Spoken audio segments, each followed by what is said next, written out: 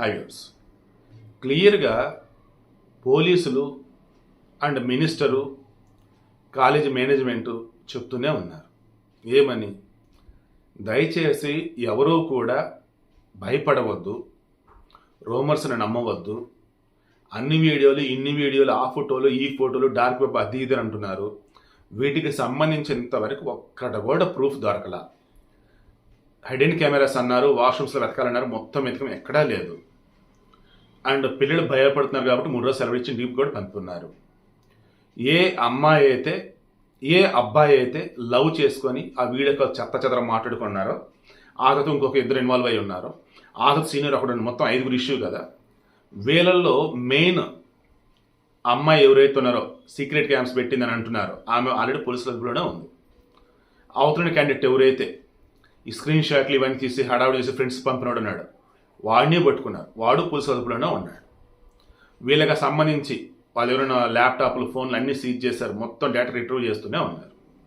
ఈ మొత్తం ఎపిసోడ్లో మరలా ఒక పోలీసు అక్కడ ఉన్నటువంటి కాలేజీ ఉన్నటువంటి అమ్మాయిలకు సంబంధించి మీరు అసలు ఎందుకు ఈ రకం నిరసన తెలియజేస్తున్నారు, మాకు ఆ కూడు నీళ్ళు లేకుండా మీకోసం మేము ఇక్కడ కాపలా కాస్తూ ఉన్నాము, మీరు ఇంకెందుకు మమ్మల్ని ఇబ్బంది పెడతారు, మీ దగ్గర ప్రూఫ్ ఉంటే చూపెట్టండి అంటే ఉన్నాయంట, ఆల్రెడీ చాలామందికి వెళ్ళాయంట అని మళ్ళీ అంటూ ఉంటే ఎందుకు మీరు అలా అంటారు, ఏంటో చూపెట్టండి అదని దినామంటే దెన్ అవతల ఇంకా మాట్లాడుతున్న మూమెంట్లో ఆమె కొంచెం పేషెన్స్ కోల్పోయి కొంచెం గట్టిగా మాట్లాడింది.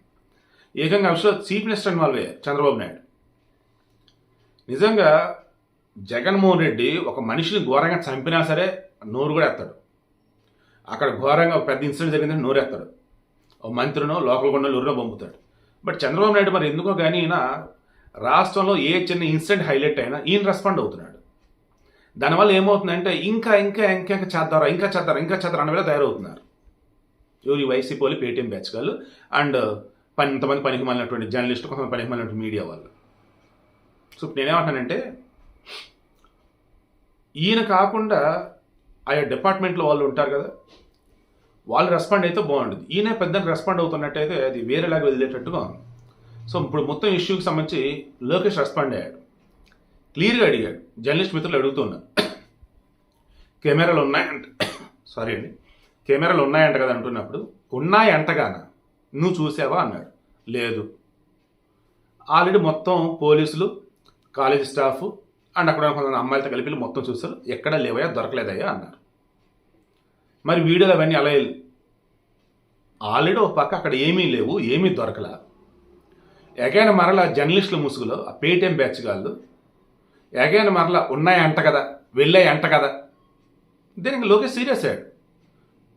లేని దాన్ని ఉన్నాయంట కదా అంటూ ఉంటే ఆడపిల్లల జీవితాలు అయ్యావి, ఏం మాట్లాడుతున్నారు మీరు, కొంచెం పద్ధతిగా ఉండాలి అని అంటే మమ్మల్ని లోపలికి తీసుకెళ్తే మేము మొత్తం చూసాం. అసలు ఏం జర్నలిజం అండి, నాకు అర్థం కాదు. ఏం జర్నలిస్టులు ఆ తమ్ముళ్ళు మీరు అసలు నిజంగా ఒక జర్నలిస్ట్గా సిగ్గుపడుతున్నాయి ఈరోజు. ఒకప్పుడు అక్షరంతో సావాసం చేసేవాళ్ళు జర్నలిస్టులు అంటే, ఇప్పుడు అక్షరంతో సావాసం చేయట్లా, రాజకీయంతో సావాసం చేస్తున్నారు, పార్టీల వరకు విడిపోతున్నారు. అదేమంటే పేటీఎం బ్యాచ్, డబ్బులు ఇచ్చే బ్యాచ్ కోసం ఏది పెడితే రాస్తా పోతున్నారు, ఏది పెడితే అది అడుగుతా పోతా ఉన్నారు. జగన్మోహన్ రెడ్డి హయాంలో నోరెత్తి గట్టిగా మాట్లాడటానికి, నోరెత్తి క్వశ్చన్ ఆడటానికి భయపడే విధంగా జర్నలిస్టులు తయారు చేశారు.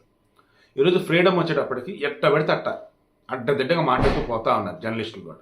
బాధ వేస్తుంది నిజంగా. సో మొత్తం ఈ ఇష్యూలు వచ్చేసి నేను చెప్పాల్సింది ఏంటంటే అంట కదా తప్ప ఎక్కడ నిజం లేదు. ఇన్వెస్టిగేషన్ సాగుతూనే ఉంది. అది క్లియర్లీ ఆ 4-5 మధ్య ఉన్నటువంటి దరిద్రం ఆ కంపెనీ అందరికీ అంటించారు తప్ప వేరేది కాదు. దయచేసి ఆ కాలేజీలో ఉన్నటువంటి ఆడపిల్లలు కానీ అక్కడ ఉన్న పేరెంట్స్, ఆ పిల్లల యొక్క పేరెంట్స్ కానీ ధైర్యంగా ఉండండి. ఎక్కడ కూడా హిడెన్ క్యాంప్స్ పెట్టింది లేదు. అండ్ ఈ ఇష్యూకి సంబంధించి బయటకు వచ్చే రూమర్స్ని దయచేసి ఎవరు పట్టించుకోవద్దు.